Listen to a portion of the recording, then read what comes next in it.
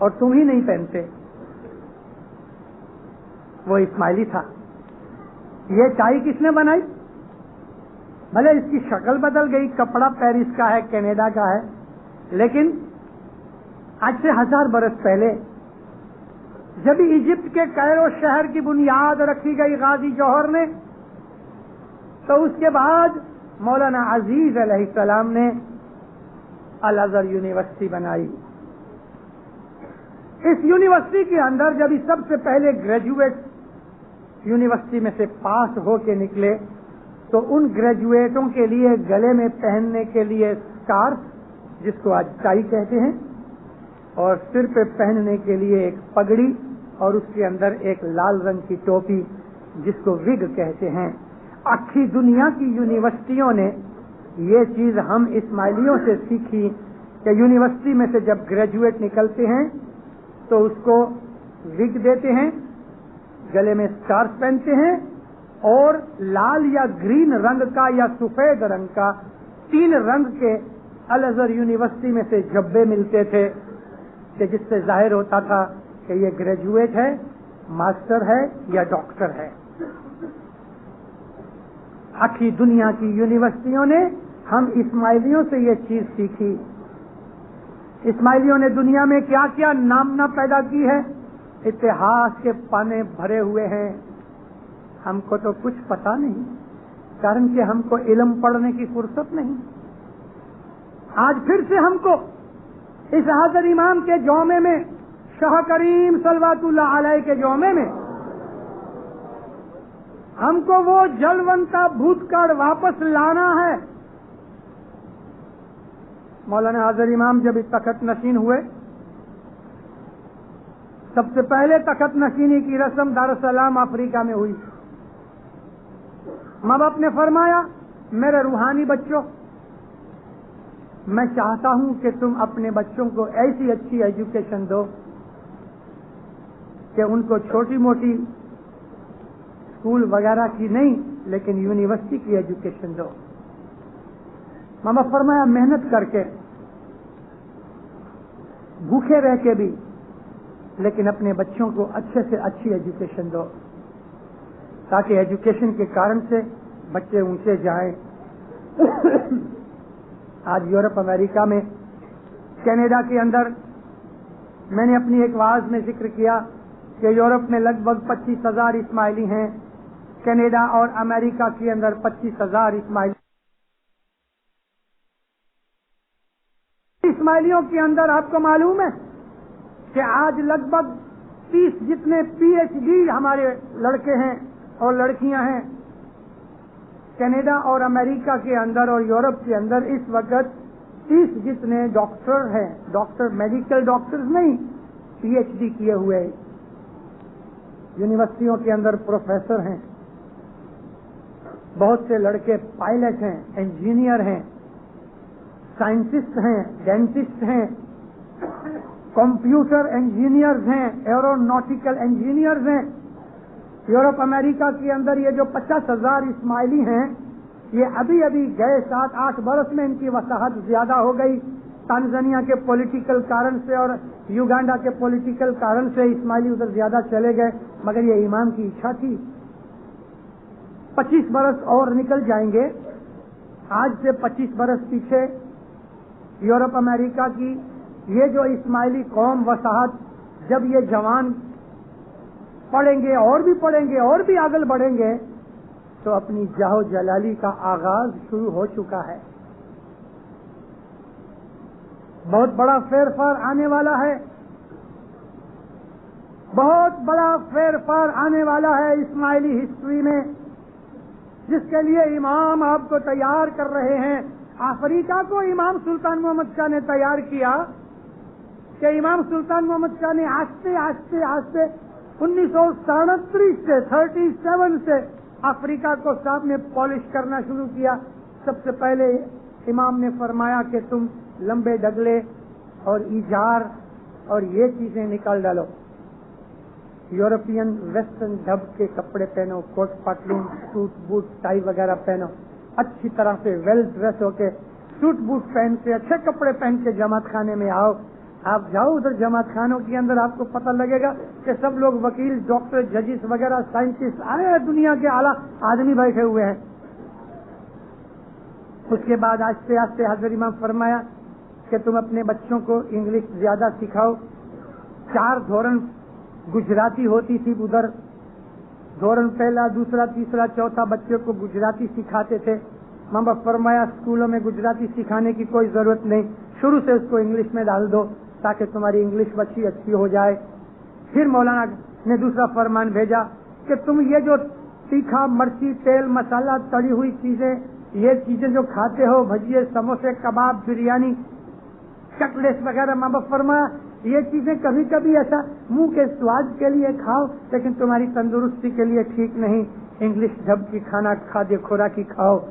ماں باپ ہم کو تیار کرتا تھا، ہم کو معلوم نہیں تھا کہ کیا ہونے والا ہے۔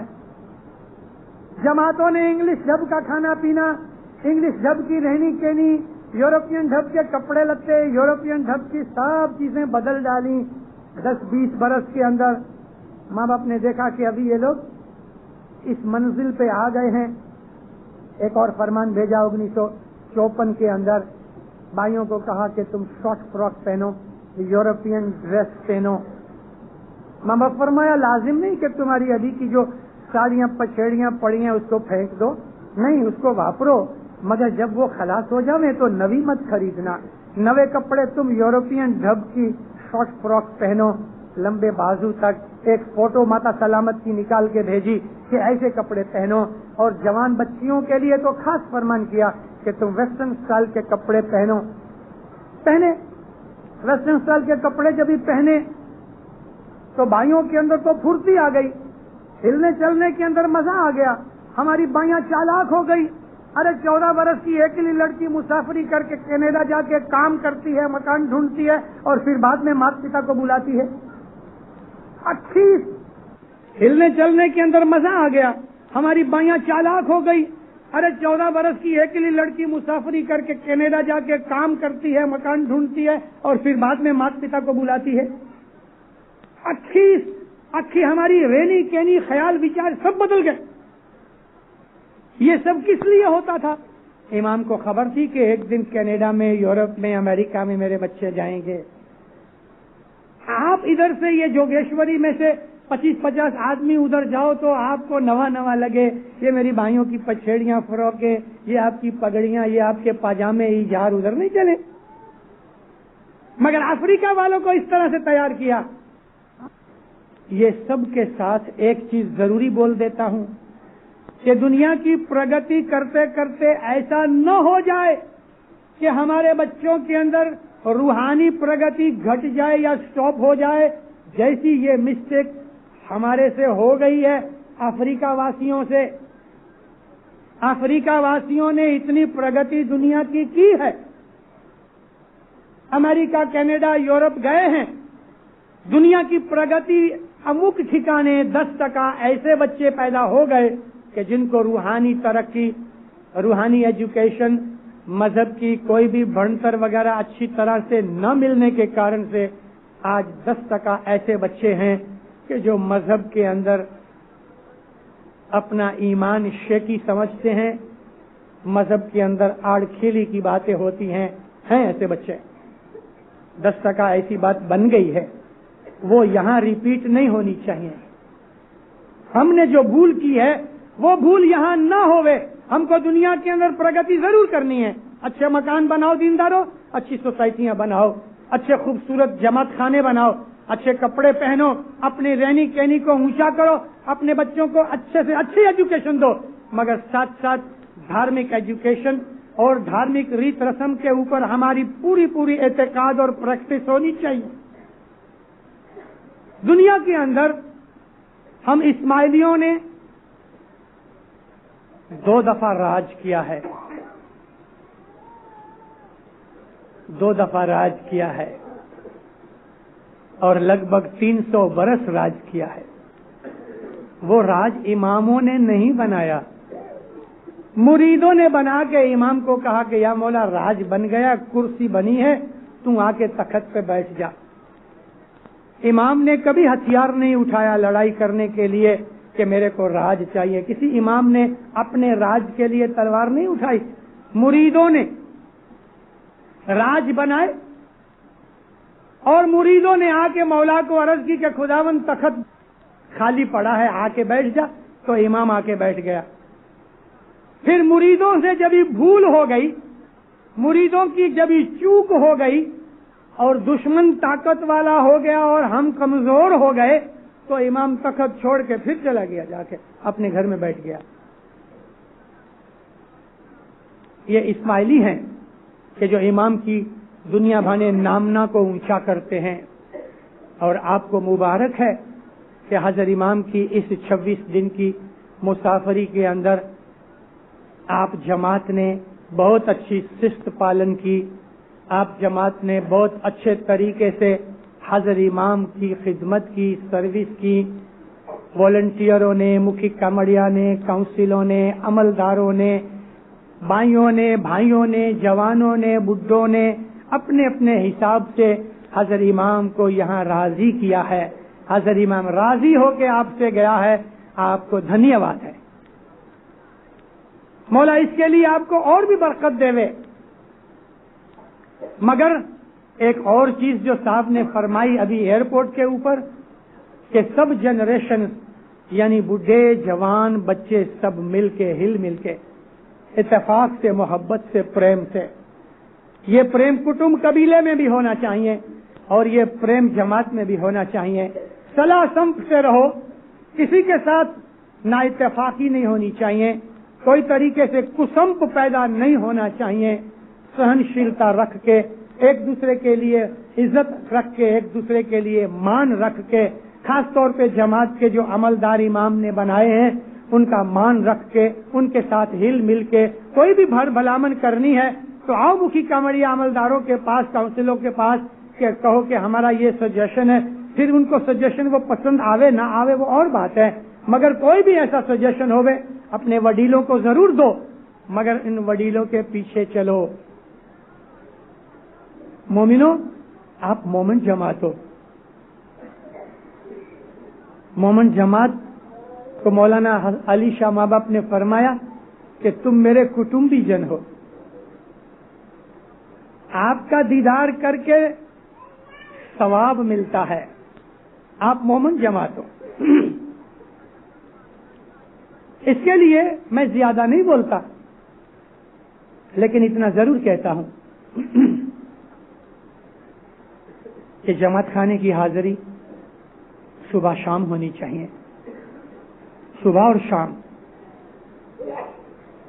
جتنی شام کو سانج کو حاضری ہوتی ہے اس سے آدھی جتنی تو صبح ہونی چاہیے. ہم اسماعیلی بچے ہیں حضرت امام کے, ہم نے دیدار کیا ہے. 26 دن حضرت امام ہمارے اندر رہ کے گیا ہے. ہماری بدیاں برائیاں دور ہونی چاہیے. اگر آپ میں سے کوئی سگریٹ پیتا ہے تو وہ اس بات کے لیے پرومس کرے کہ میں آج سے سگریٹ نہیں پیوں گا. سگریٹ پینے سے دل کالا ہوتا ہے, روحانی شکتی گھٹ جاتی ہے بلکہ مٹ جاتی ہے, عقل خراب ہوتی ہے, شریر خراب ہوتا ہے, حضرت امام ناراض ہوتا ہے.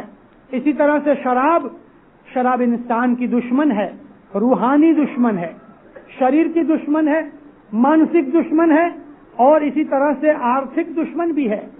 شراب اور سگریٹ, جگار, یہ سب ایسے فین فطور ہیں کہ جس سے ہماری روحانی پرگتی انتی کے اندر ہانی ہوتی ہے, تکلیف ہوتی ہے. ہم اسماعیلی بچے ہیں, حضرت امام کے روحانی بچے ہیں. جس طرح حضرت امام پوتر اور پاک ہے, ایسے تو ہم پوتر پاک نہیں بن سکتے, لیکن ہم کو حضرت امام کے لائق روحانی بچے تو بننا چاہیے. امام نے ہم کو جو باتوں کے لیے منع کیا, جو کچھ اس نے کہا کہ یہ مت کرو, ہمیں وہ نہیں کرنا چاہیے. میں نے اسی لیے فرمان مانو تو پھیرا چڑھے کا پاٹ بولا کہ امام کا فرمان ماننا یہی ہمارا دین دھرم ہے اور امام اسی میں راضی ہوئے گا. حضرت امام کو پھولوں کے ہار پہنا کے حضرت امام کے سامنے ہاتھ جوڑ کے بیٹھ کے ہمارا دھرم پورا نہیں ہوتا. ہمارا دھرم پورا اس طرح ہوتا ہے حضرت امام کا حکم مانے. ہمارے امک ایسے جوانیاں ہیں, میں نے یہ بات باندرا کے اندر بھی کہی,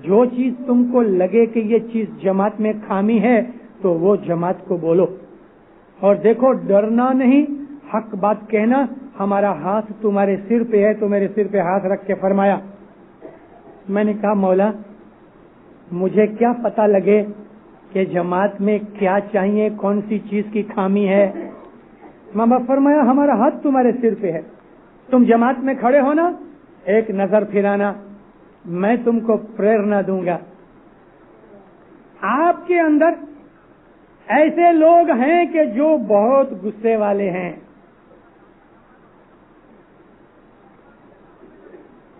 میں نے جو یہ بات کہی کہ سگریٹ نہیں پینا، شراب نہیں پینا، تو وہ بھی میں نے جان بوجھ کے کہی ہے، جان بوجھ کے کہی ہے۔ دینداروں، غصہ کرنے سے بہت نقصان ہوتا ہے۔ سب سے پہلا نقصان تو اس کا خود کا انگت ہوتا ہے کہ شریر کے اندر سے جو چیزیں جو شریر میں لوہی میں ہوتی ہیں، ایک ایسیڈیٹی، دوسری الکلائن، غصہ کرنے سے الکلائن گھٹ جاتی ہے، ایسیڈیٹی بڑھ جاتی ہے۔ اس کا انجام یہ آتا ہے کہ انسان کے مغز کی نسیں پھول جاتی ہیں، کبھی چھوٹی موٹی نس ٹوٹ جاتی ہے، ہائی بلڈ پریشر ہوتا ہے، اور آدمی کی ہضم شکتی اب ہو جاتی ہے۔